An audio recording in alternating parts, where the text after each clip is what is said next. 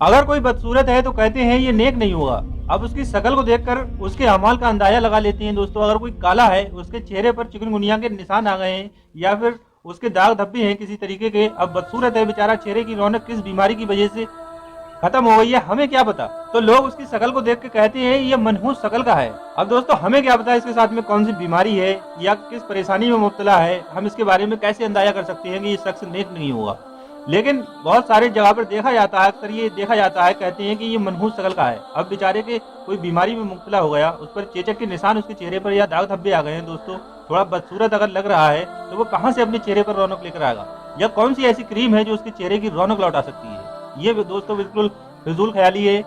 और बल्कि ना सिर्फ ये बेवकूफ़ी है बल्कि बद ख्याली का गुनाह भी हमारे सर चढ़ता है। हम किसी की शक्ल को देखकर उसके अच्छे अमाल और बुरे अमाल का फैसला नहीं कर सकते या अंदाजा नहीं लगा सकते। इससे भी बढ़कर जब किसी की मैयत में आजकल जाते हैं तो उसकी शक्ल को देखकर ये अंदाजा लगा रहे होते हुए कि ये शख्स जहन्नम में जाएगा या फिर जन्नत में जाएगा। और ये चीज़ ज़्यादातर दोस्तों औरतों में होती है।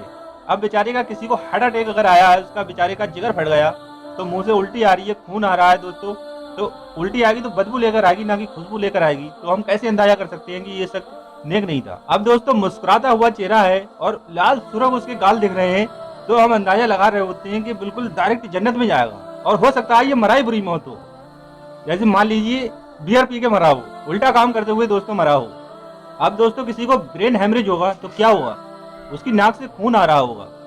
अब दोस्तों किसी को फालिज नेक आदमी को भी हो सकती है। अब जब फालिज होता है तो क्या होता है, मुंह उसका आड़ा तिरछा हो जाता है। तो दोस्तों उसके चेहरे को देखकर अंदाजा लगा रहे होते हैं कि ये तो लगता है सारे काले करतूत इसके सामने आ रहे हैं, लगता है ही नहीं सारे कर्म भर के जा रहा है दोस्तों। लेकिन ये बहुत ही ज्यादा गलत सोच है। फालिज नेक इंसानों को भी, बुजुर्गों को भी हुई है दोस्तों, तो उनका भी चेहरा टेढ़ा हुआ होगा। जब दोस्तों उनको फालिज हुआ है तो उनका चेहरा बिगड़ गया, तो इसमें क्या हो गया दोस्तों, ये सब कुछ नेचुरल है। और दोस्तों किसी का चेहरा देखकर हम ये तसव्वुर अगर करते हैं, ये ख्याल करते हैं कि इसके काले करतूत सामने आ रहे हैं, या फिर ऐसा कुछ भी ख्याल करते हैं कि ये बंदा नेक नहीं था, इसके कर्म इसके सामने आ रहे हैं, तो ऐसा अंदाजा करना दोस्तों ये फिजूल बात है, क्योंकि इसका अमल से कोई ताल्लुक नहीं है।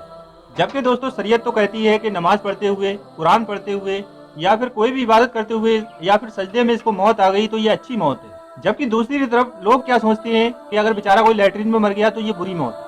अगर दोस्तों कोई एसी रूम में लेट कर अपने सोफे पर बेहतरीन से बेहतरीन सेज पर सोकर दोस्तों सोफे पर लेट कर फूलों की सेज पर मरता है तो कहते हैं कि ये अच्छी मौत है।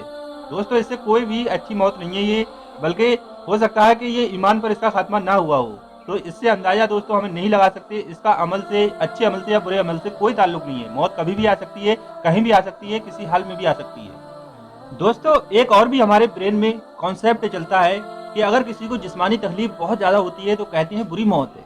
और दोस्तों कई बार जो बदअमाल होता है उसकी इतनी ज़्यादा तकलीफ से जान नहीं निकलती है, तो ये जिस्मानी तकलीफ है दोस्तों, जबकि हकीकत इससे बरअक्स है। क्योंकि वो मामला जो है जो कुरान में आया है वो इससे अलग है। तो जो कुरान में आया है कि हम नाफरमान की रूह को बहुत ही सख्ती के साथ निकालते हैं और बहुत ही ज़्यादा तकलीफ दे तरीके से निकालते हैं, तो वो बरज़क का मामला है दोस्तों। जो कुरान में है वन नाज़िआते गर्का, यानी कि जो नाफरमान होता है उसकी रूह बहुत ही ज़्यादा तकलीफ से निकलती है और नेक की रूह बहुत ज़्यादा आसानी से निकलती है।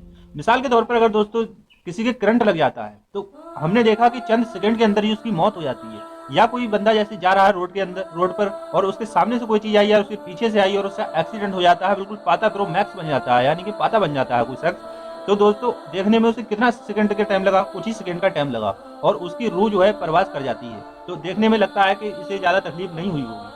और दोस्तों हमारे आंखों देखी बात है दोस्तों कि एक हमारे मिलने वाले थे, जानने वाले बुजुर्ग थे, दाढ़ी टोपी और बच्चों के साथ बढ़िया मामला था उनका। और दोस्तों बुजुर्ग थे तो उनका उठना बैठना भी बुजुर्गों के साथ ही था और उलमा की काफ़ी ज़्यादा दोस्तों इज्जत करते थे और इमामों की भी इज्जत करते थे और सुन्नियत बल जमात से ताल्लुक़ रखते थे। और वो रोड पर जा रहे थे, कोहरे का टाइम था दोस्तों, और ट्राली से टकराए जाते हैं और उनकी जो है मौत भाग के हो जाती है। तो लोगों ने काफ़ी कुछ अंदाजा अपने हिसाब से लगाया हुआ, लेकिन मेरे हिसाब से ये कोई दोस्तों इसमें टेंशन की बात नहीं है, क्योंकि हादसाती मौत को हदीस के अंदर दर्जा दिया गया है शहादत की मौत का दोस्तों। और जो हम दोस्तों बिस्तर पर या कहीं पर भी किसी आदमी की रूह जब निकलती है, जो उसका जागने का वक्त होता है, उस वक्त उसको जिस्मानी जो तकलीफ हो रही होती है तो हम उसको देखकर कुछ और ही अंदाजा कर रहे होते हैं, लेकिन उसकी रूह बहुत ज़्यादा आसानी से निकलती है, क्योंकि रूह का जो मामला है वो बरज़क के साथ है।